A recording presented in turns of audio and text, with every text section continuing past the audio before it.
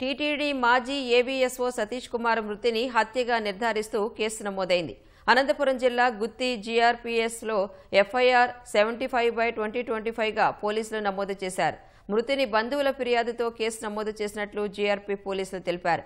పరకామణిలో డాలర్ల చోరీ కేసు నిందితులే హత్య చేసినట్లు ఫిర్యాదులో పేర్కొన్నారు. పరకామణి చోరీ కేసులో సతీష్ కుమార్ ఫిర్యాదుదారుగా ఉన్నారు.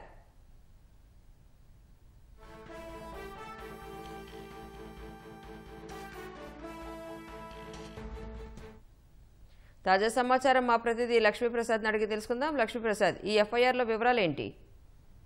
కానీ రిజర్వ్ ఇన్స్పెక్టర్ సతీష్ కుమార్ మృతి కేసు అనేక కోణాల్లోకి వెళ్తా ఉంది.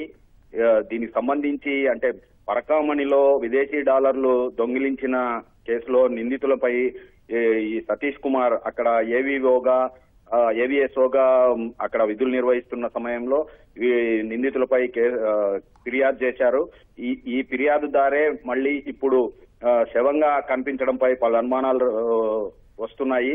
దీంతో నిన్న శవ పరీక్ష దగ్గరుండి చేయించిన పోలీసులు, అంటే శవ పరీక్ష కంటే ముందే ఏదైతే మృతుడు ఉన్నాడో సతీష్ కుమార్ మృతదేహాన్ని కూడా సిటీ స్కాన్ చేశారు.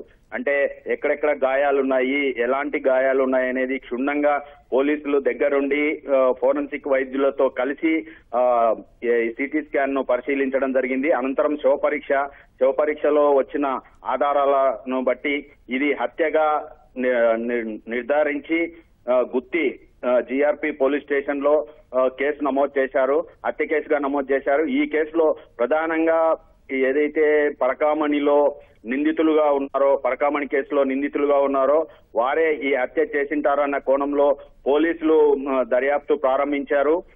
అదే ఆ నిందితులనే ఈ కేసులో కూడా ఏదైతే సతీష్ కుమార్ మృతి కేసులో కూడా హత్య చేసింటారు, ఇది హత్య అని నిర్ధారించినారు. కాబట్టి ఈ హత్య కేసులో కూడా వాళ్ళే నిందితులుగా భావిస్తూ ఈ కేసులో ఆ కోణంలో దర్యాప్తు మొదలు పెట్టారు.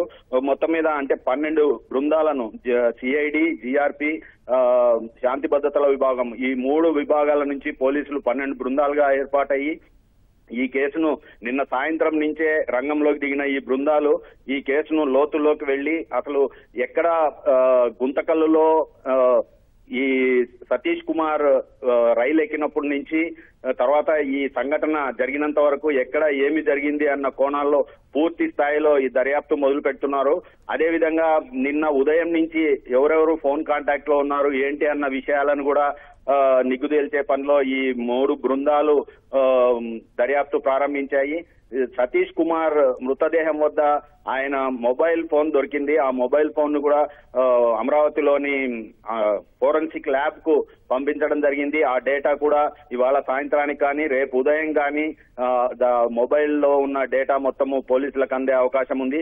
జీఆర్పీ పోలీసులు ప్రధానంగా ఈ కేసును దర్యాప్తు చేస్తుండగా సిఐడి పోలీసులు తర్వాత శాంతి భద్రతల విభాగం వీళ్లకు సహకరిస్తూ పూర్తిగా ఈ 3 బృందాలు ఈ కేసును దర్యాప్తు చేస్తున్నారు. రాణి, ధన్యవాదాలు లక్ష్మీప్రసాద్.